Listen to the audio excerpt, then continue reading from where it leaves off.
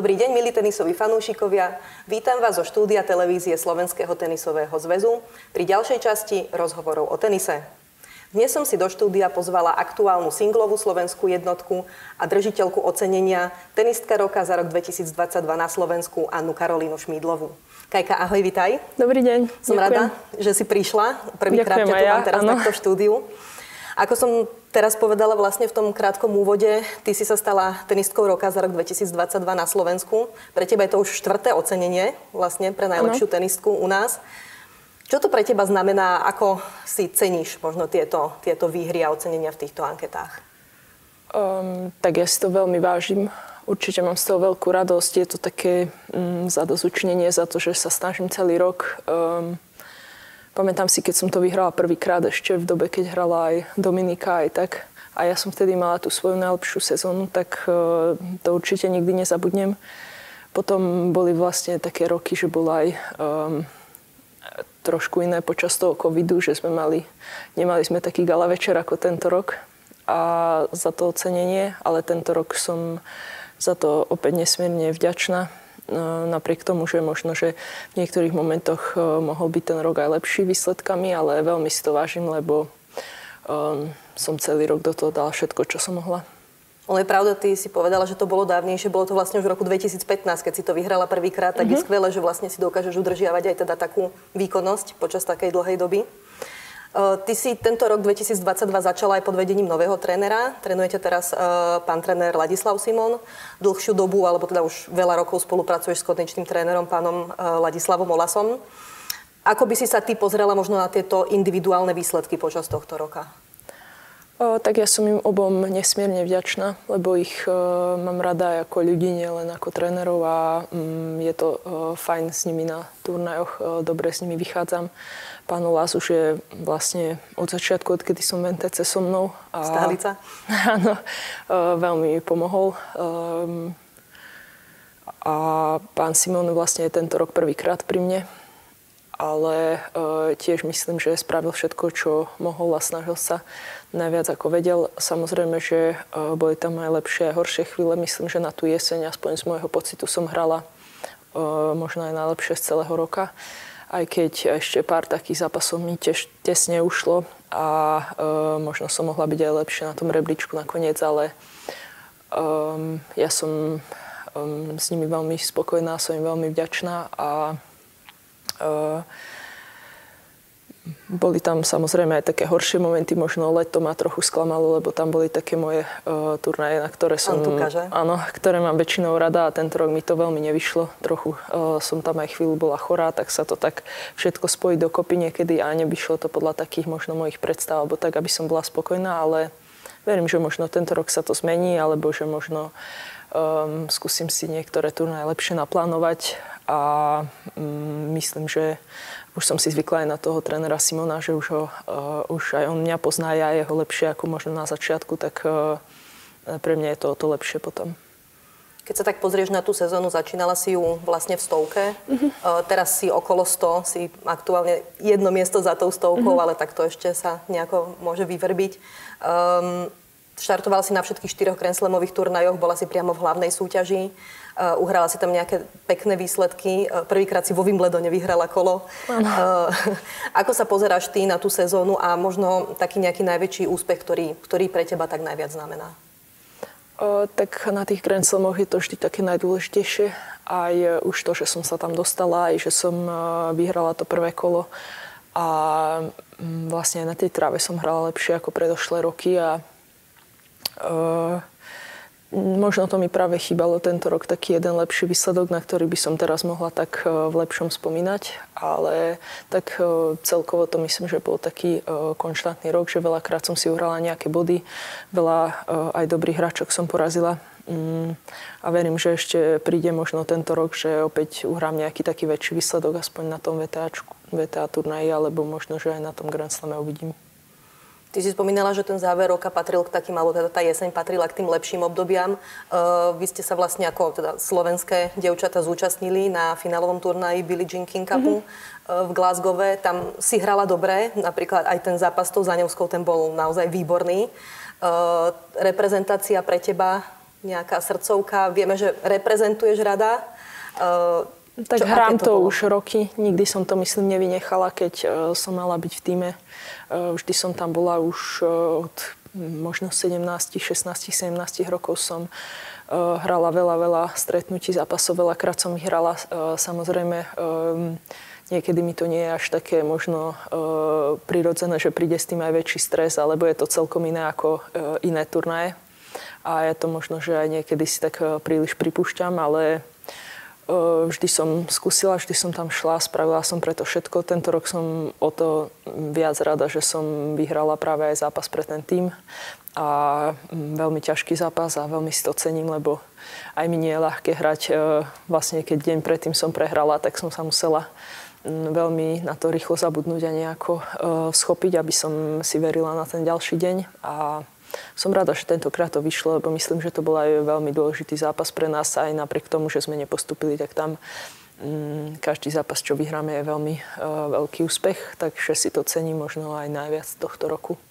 Ono sa veľa teraz hovorí o takej tej psychike tenistov, že teda tá psychika zohráva naozaj asi tú najväčšiu časť toho výkonu, lebo že forehand a backhand už vie hrať asi každý. Čo ty robíš v takej situácii, keď si prehrala si s tou Tomljanovičovou a naozaj na druhý deň si mala ísť hneď hrať zase vlastne tú dvojhru a tak skvele si sa dokázala pripraviť? Máš niečo také svoje, alebo... Nemám až tak konkrétne, ale predsa len už to hrám veľmi dlho a mám dosť skúseností a zvykla som to prežívať veľmi ťažko. Takto keď som prehrala, tak teraz sa to možno snažím tak až nepripustiť a našla som si možno aj také iné veci, na čo myslieť. Išla som si ešte chvíľu aj zahrať v ten deň, aby som možno trochu to vybuchala. Zmenila myšlienky a možno sa trochu dostala do toho úderu a pre mňa je tak dôležité mať taký pocit, že preto spravím všetko a s tým ísť na ten kurt a potom už to nejak dopadne, ale hlavne musím mať taký pocit, že aj si tam zaslúžim byť, aj že som hrala dobre na tých tréningoch a že som si to odmakala a potom aj psychicky to trochu lepšie zvládam. Myslíš si, že rozhoduje do istej miery aj vek, že predsa len si skúsenejšia hráčka, máš už 28 rokov, vnímaš to možno inak, ako keď si mala, ja neviem, 22? Vnímam to už úplne inak asi, ale možno pre niektoré veci je to lepšie, pre niektoré horšie. Nie je to vždy úplná výhoda, ale áno, zmení sa to dosť aj tými skúsenosťami, aj tými všetkými zápasmi, čo som odohrala. Určite sa snažím aj tie prehry neprežívať až tak, lebo si myslím, že je veľmi dôležité, aby človek čím skôr zabudol v tom tenise, lebo tam je ten turnaj každý týždeň a aby sa to tak nenakopilo, že potom sa dostane sám do takej krízy nejakej. Takže to sa snažím a myslím, že po tej psychickej stránke som určite silnejšia alebo na tom lepšie, ako som bola v tých zo začiatku. Ale samozrejme tam zase človek vôbec nemá čo stratiť, keď je úplne mladý a ešte tak viac verí na také, neviem, zázraky, ale takže v niektorých veciach je to výhoda, ale myslím, že už aj tento môj vek má zase iné výhody. My sme dlho nehrali vlastne stretnutie doma v Billie Jean King Cupe, alebo teda predtým vo Fed Cupe. Naposledy sme hrali na začiatku roka 2020 proti Británii. Myslím, že na to ty máš veľmi pekné spomienky, lebo tam si zahrala naozaj fantasticky. A teraz po dlhej dobe budeme hrať, alebo teda po 3 rokoch budeme hrať opäť v apríli doma proti Taliansku. Ako sa na toto stretnutie teší, že to bude teda doma a pred domácimi fanúšikmi? Áno, tak myslím, že to je veľmi dobre pre nás, že zase si takto môžeme zahrať.